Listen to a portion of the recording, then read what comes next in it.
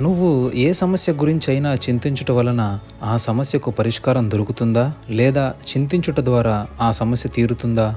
అందుకే చింతించటం వల్ల ఏమీ సాధ్యం కాదని, ఆందోళన పడటం ద్వారా మన జీవితంలో ఎటువంటి మార్పులు చేయలేమని క్రీస్తువారు చెబుతున్నారు. పువ్వులు, అడవిగడ్డి ఇలాంటి వాటి జీవితం తాత్కాలికమైనది. పువ్వులు గంటల వ్యవధిలోనే వాడిపోతాయి. అలాగే గడ్డి మంటలో వేయబడుతుంది. అడవి పువ్వు ఇంకా అడవి గడ్డి వంటి వాటి జీవిత సమయం కొంతకాలమే. అయినప్పటికీ అవి అపూర్వమైన సౌందర్యంతో వికసిస్తాయి. అవి అంత అందంగా కనపడుటకు ఏమాత్రం శ్రమపడవు.